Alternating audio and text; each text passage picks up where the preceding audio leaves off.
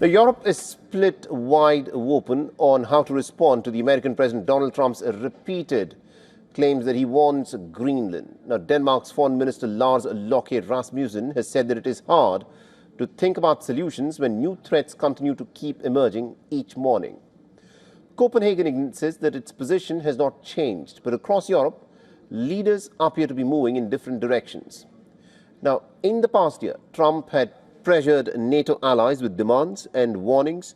His comments about taking control of Greenland, even by force, has raised alarm in European capitals, and the EU leaders are fearing that this move could actually fracture the transatlantic alliance.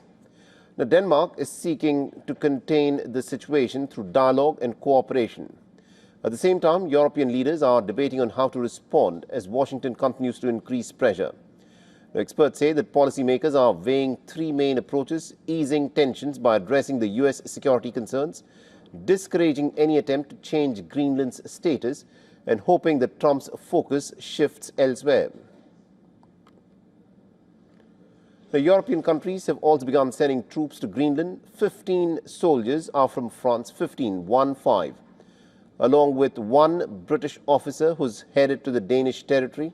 And the deployment of these soldiers comes ahead of a larger exercise known as Operation Arctic Endurance. And the drill will include troops, naval vessels and aircraft from Denmark, with a small number of armed and unarmed and lightly armed personnel from countries such as France, Norway, Germany and Sweden. Reports say that additional troops from the Netherlands, Canada and Germany are also involved. Now, NATO allies agree that Greenland, a self-governing territory, has the right to decide its own future. And Greenland's Prime Minister has said that the territory will choose to remain with Denmark rather than join the United States.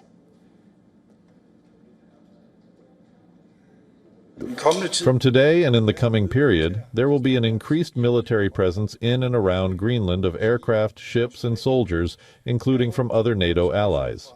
Security in the Arctic is of crucial importance for both the Kingdom of Denmark and NATO as a whole.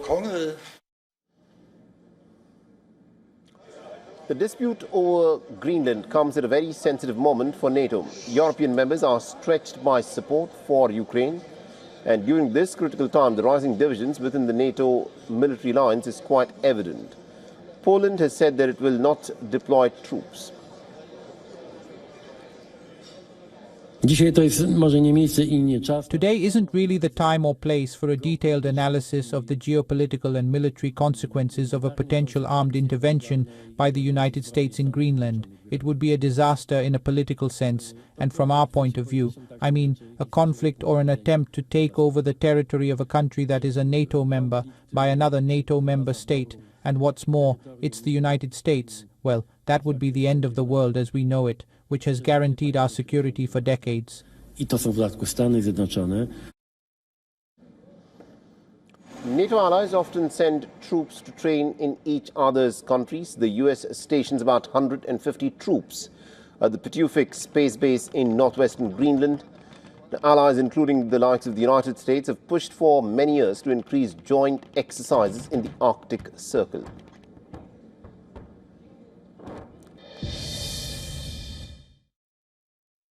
We're in Greenland's capital, Nuuk, where Greenlanders are being stopped by journalists asking them about the fact their home is now at the centre of a geopolitical storm.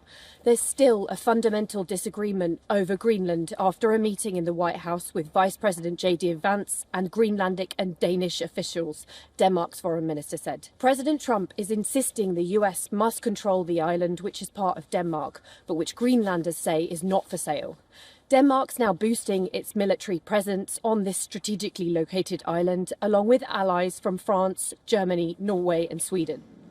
For all the latest news, download the WION app and subscribe to our YouTube channel.